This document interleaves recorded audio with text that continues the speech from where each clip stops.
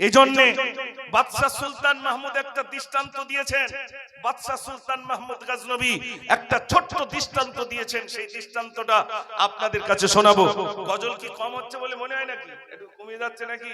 সব গজল গজল বলে, তা দেখতে যে সর্বনাশ হয়ে যাচ্ছে। তো আজকে এ দেখেন ভাই, আমার বয়স হয়ে গেছে তো, দাড়ি চুল পেকে গেছে।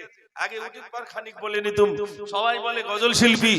আমি শিল্পী বলতে কালকে তো ইমরান তো অনেক বলে গেছে নাকি, অনেক গজল বলেছে, তাহলে আমি আর কেন বলবো? তারপরে একটা তো বলবো, দেখি আওয়াজ নারে তাকবীর। আসলে কালকে সব দাঁড়িয়ে দাঁড়িয়ে শুনেছ তো, আজকে আর বসতে ভালো লাগছে না। গজল আমরা মনে করি সব দাঁড়িয়ে দাঁড়িয়ে শুনতে হয়, টুপি মাথায় দিতে হয় না। আমার ওস্তাদ হুজুর আমাকে প্রথমে শিখিয়েছিলেন, যখন শহীদ মিনারে একটা গজল বলা হয়েছিল সেই সময়, সেটা ছিল আপনার বাবরি মসজিদকে ধ্বংস করার লক্ষ্যে। যখন বাবরি মসজিদ ধ্বংস করা হয় সেই সময় আমার ওস্তাদ একটা আরবিতে বলেছিলেন, এটা বলো, আল্লাহু রাব্বুনা মুহাম্মাদুন নাবিয়ুনা নাহনু মাতিউহুমা নাহনু মাতিউহুমা লাইসাল মুলকু লিযালিম ওয়ালাল মুলকু লিল খাইন লা নাখাফু আমেরিকা ওয়ালা নাখাফু রুসিয়া। আমরা কি আমেরিকার ভয় করি? জোরে বলেন। আসলে এগুলো তো বুঝতে পারবো না আমরা। লা নাখাফু আমেরিকা ওয়ালা নাখাফু রুসিয়া ইলা উদ্দিন কসদুনা নাহনু মাতিউহুমা আল্লাহু রাব্বুনা মুহাম্মাদুন নাবিয়ুনা নাহনু মাতিউহুমা নাহনু মাতিউহুমা। তারপর হুজুর শিখেছিলেন, নাহনু কুল্লু হিজবুল্লাহ লা নাখাফু ইল্লাল্লাহ তাসিবু বিহাবলিল্লাহ মুজাহিদ ফি দীনিল্লাহ আল জিহাদু সাবিলুনা নাহনু মাতিউহুমা আল্লাহু ইলাহুনা ওয়াল কাআবাতু বাইতুনা মসজিদ বাবরি হাক্কুনা নাহনু মাতিউহুমা। নারে তাকবীর। ওই আওয়াজ কই আপনাদের? আওয়াজ একটু, যুবকরা সব পিছনের দিক কেন? হ্যাঁ ও যুবক ভাই একটু আওয়াজ দেন না। নারে তাকবীর। শুনেন, বাবরি মসজিদ যিনি প্রথমে কুরুল মেরেছিলেন, যেদিন যখন বাবরি মসজিদকে কেন্দ্র করে যখন রাম মন্দির সেখানে শিলান্যাস হয়, তিনি লাইভ এসেছিলেন। আর যখন রাম মন্দির উদ্বোধন হয় তিনিও তখন এসেছিলেন লাইভে। এসে বললেন, আমি ইসলাম কবুল করেছি, আমি আমার এই গুনার প্রায়শ্চিত্ত মোচনের জন্য আমি একটা মসজিদে কুরুল মেরেছিলাম, আমি 200 মসজিদ বানাবো।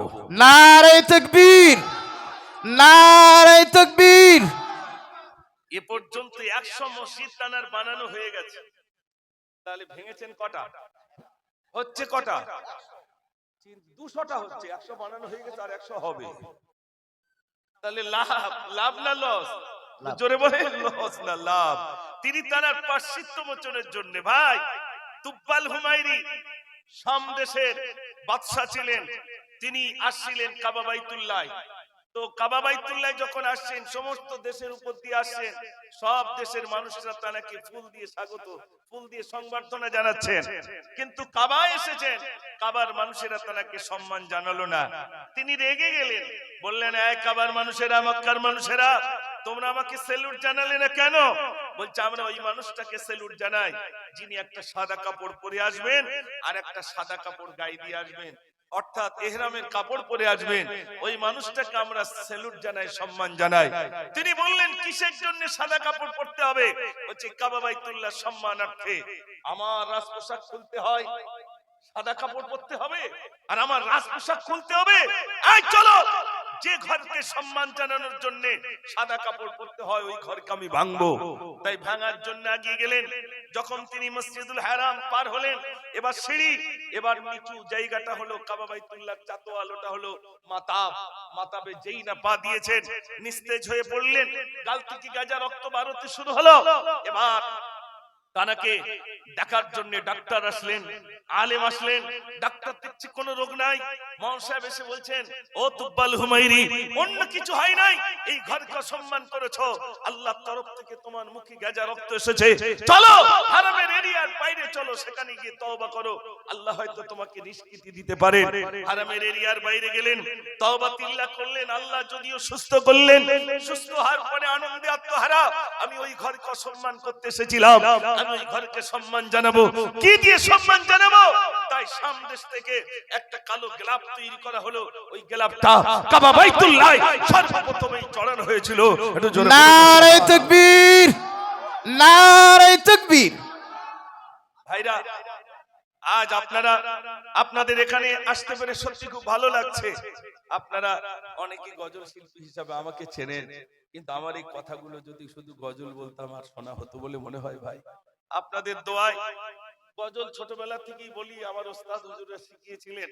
আলহামদুলিল্লাহ, আপনাদের বেশি দূর বাড়ি নাই, দত্তপাড়ায় আমার একজন ওস্তাদ আছেন, গোলাম মুস্তফা সাহেব হুজুর। জি, উনি আমার মানে কাছে করে, ওনার বড় ছেলের নাম মুজাফফর আর আমার নাম মুজাফফর, সেই সূত্রে আমাকে খুব ভালোবাসতেন। মুজাফফরের দিকে এসে বলে হুজুর গজল শেখাতেন প্রচুর, যেখানে বলতো হয়তো বলে বলে দিতেন। আমি এদিনে তো এদিনে আমার মাদ্রাসায় হুজুরকে নিয়ে গিয়েছিলাম, হুজুর আপনি একটু দোয়া করে দেন, আপনি আমার জন্য প্রচুর খেদমত করেছেন, হুজুর আমি আপনার ছাত্র, একটু দোয়া করুন।